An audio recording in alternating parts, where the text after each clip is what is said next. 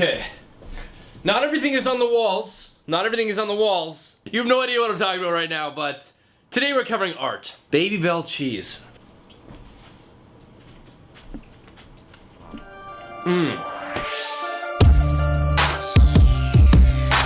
What's up, everybody? Today we're gonna talk about something that'll connect us on a whole nother level. No, it's not what you think. We need to reach the next level in our online digital relationship with each other. So this is what we're gonna do today. Now, before you guys change this video because you're like, I don't wanna look at art for 5 minutes. Let me explain, okay? This isn't like your grade 3 field trip to the art museum where you're forced to look at pictures from 600 years ago of a guy just like, for some reason, every photo or painting that was drawn before the 1950s, they weren't allowed to smile, and I have no idea why. All of these photos mean something to me, and they're very, very cool, unique. There's some cool hidden secrets, and there's something that I need you to do for me at the end as well. Let's do it! Piece number 1. This one is called Speechless. I don't know, this is weird. Like, where I'm on stairs. Hi guys, here's Speechless. This piece is called Speechless. Now, what it is, it's got select Looney Tunes characters, and they were all voiced by a guy named Mel Blanc. Now, Mel Blanc died in 1989, so these guys, as of 1989, officially were speechless because their voice actor died. They could no longer talk. This one's kind of sad. This one, fun fact, was actually bought at the World Trade Center in New York City. Somebody bought it, brought it down to Dallas. I then bought it down here. This overall is just a pretty sad piece. Fun fact about this one, I actually was at an art auction. They brought this piece out and I was like, oh my gosh, I love it, need to have it. The opening price was like way too expensive. I went up to them afterwards. I said, look, I actually do kind of want that. So I ended up paying and buying it. This was my very first art piece, so this means a lot to me. I'll always have it. It's done by an artist named Tim Yankee. I'm gonna show you this one. I don't know if I'm in this shot or not. This was done by Rachel Swindon. I went to high school with this girl. She's a super talented artist. It's a mouth. It was all done with pencil crayon. It represents home a little bit for me. The detail on it is incredible. I'm gonna talk about this one at the end of the video, actually.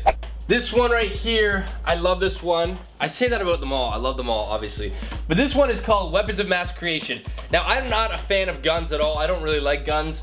But this one, the only exception why I have this is it says Weapons of Mass Creation, and inside the silhouette of a gun are cameras. It's kind of cool. Instead of Weapons of Mass Destruction, because destruction is so negative in a sense, Weapons of Mass Creation with all these old school cameras is kind of changing the meaning of such a violent thing. You shoot a gun, you shoot a camera, so love this piece. Otherwise, I probably wouldn't have got it. This one's awesome. This piece right here was done by Tom DeLonge of Blink-182. There's his autographs at the bottom, and I have 2 concert tickets down there.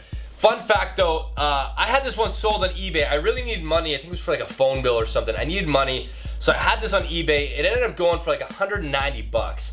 So I emailed the guy, said, look, I'm sorry, I can't sell this. Tom DeLonge has always been like an idol of mine. I grew up listening to his music. Blink-182 is my favorite band, so I had to keep this one, and I'm really glad I did. Now I can't really be in this shot, but this is Bugs Bunny. This is a film cell, and down below, right there, is Tasmanian Devil, and right over here, my favorite guys, Coyote and Roadrunner. Now these are all film cells. If you ever made like one of those sketchbooks where you kind of like, you know, these are, this is what that would be equivalent to for a cartoon. This right here is the 1975 Gold album when they went gold status with their album. My brother got me this for Christmas or my birthday, but it's autographed by the whole band.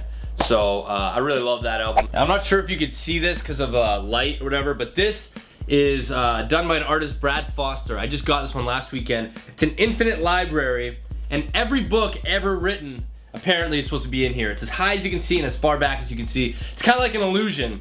But he's got 5 sketchbooks that he had, and only 5 of the books are actually titled in here. I haven't been able to find them, but they are named after his sketchbooks. And if you can see, I don't know if you'll be able to see from there. Tree of Knowledge is right in the center, right there. He unintentionally drew that, but here.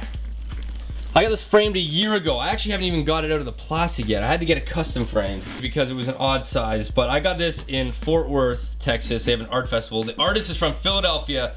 This is like a suburban town in Philadelphia, but as a kid, he always dreamed of having the streets and the driveways and the backyards as swimming pools, so he could leave his house and swim all the way to his friend's house. So this was kind of a dream he always had. I thought it was the coolest thing. Could you imagine having to be able to swim everywhere? The water would be extremely dirty, but still. Some of the homes, people are still awake. But it's Love this one. Now this one, back in the glory days when Tom was still in Blink-182. This was during their 20th anniversary series. They only had 70 copies of this. But the coolest thing, it is number 2 of 70. So the first one goes to the artist. This is number 2. So this is the first one they ever gave out to people, and I managed to get it. It was all by luck, obviously, but this is a rare sight underneath my bed. These are all other art pieces that I've yet to get framed. Framing is expensive, so I can't really do it, but I'm gonna show you this guy. There. I was at an art show at the University of Toronto, and I got the artist to draw me a picture of a shark fighting a unicorn. But the problem is it's so big that I can't hang it on the wall. It's too big to hang or to frame. It takes up so much wall space, so unfortunately this one kind of just stays raveled up under my bed. So there you guys have it. Those are my art pieces. At least there's a fraction of my art collection. Now this is what I need your help with. I love finding new artists, talented people. If you have a friend or you know somebody that is an artist, go on my Instagram for this picture and tag them, because I really want to see their work. I love it.